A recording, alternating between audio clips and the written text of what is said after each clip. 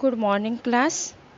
आज मैं आपको कन्यादान कविता करवाने जा रही हूँ, जिसके कवि ऋतुराज हैं। इस कविता में कवि ने वर्तमान युग में बदलते हुए जीवन मूल्यों का उल्लेख किया है। माँ अपनी बेटी के लिए केवल भावुकता को ही महत्वपूर्ण नहीं मानती, अपितु अपने संचित जो उसने दुख देखे हैं उनकी अनुभवों की पीड़ा का पाठ भी उसे पढ़ाना चाहती है। वह उसे भावी जीवन आने वाले जीवन के यथार्थ के विषय में भी बताती है। कितना प्रामाणिक था उसका दुख लड़की को दान में देते समय, जैसे वही उसकी अंतिम पूंजी हो। प्रामाणिक प्रामाणिक वास्तविक, सियानी, समझदार। अब इसमें कवि क्या कहते हैं कि माँ ने अपने जीवन में जिन दुखों को सहन किया था, उन्हें अपनी बेटी को कन्यादान के समय बताना और समझाना अति आवश्यक था। इसमें कहने का भाव यह है कि आज के युग में बेटी के विवाह के समय कन्यादान में कुछ सामान देना जरूरी नहीं होता, इतना पर्याप्त नहीं है, अपितु उसे जीवन के उन अनुभवों से भी अवगत करा देना उचित होगा जिसकी माँ ने अपने जीवन में भोगा था, ताकि बेटी अपना पूरा जीवन सही तरह से जी सके, सुख से जी सके। माँ के लिए जैसे बेटी ही उसकी अंतिम पूंजी हो, माँ के लिए बेटी ही तो अंतिम पूंजी थी, संपत्ति थी। लड़की अभी सियानी नहीं थी, अभी इतनी भोली सरल थी कि उसे सुख का आभास तो होता था, लेकिन दुख बाँचना नहीं आता था।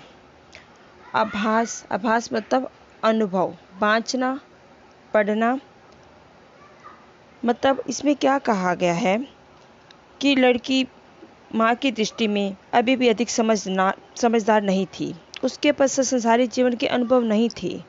वो क्या थी, बहुत ज़्यादा सरल और भोले स्वभाव की थी। वह दुखों की उपस्थिति को तो अनुभव करती थी, किंतु उसे पढ़ना नहीं आता था। पाठिका थी वह धुंधले प्रकाश की, कुछ तुक्कों और लयबंद पंक्तियों की। अब इसमें क्या कहा है, लयबंद लय में बंधी हुई, धुंधले जो अस्पष्ट हो। ठीक है, उसे कवि को उस लड़की को ऐसे लगता था कि उसे धुंधले प्रकाश में जीवन रूपी कविता के कुछ तुकों और लयबद्ध पंक्तियों को पढ़ना ही आता था, किंतु उसके अर्थ उसे समझ में नहीं आते थे। इसमें कवि क्या कहना चाहते हैं कि कन्या भले ही विवाह के योग्य हो जाती है, किंतु उसे दुनियादारी की ऊंच नीच व्यवहार अभी पूरी तरह से समझ में नहीं आते। उसमें उस समय इतनी योग्यता नहीं आ पाती कि वे दुनियादारी भेदभाव को समझ सके। इसलिए माँ के द्वारा बेटी को समझाना उचित ही नहीं, बल्कि बहुत ज़्यादा आवश्यक भी था।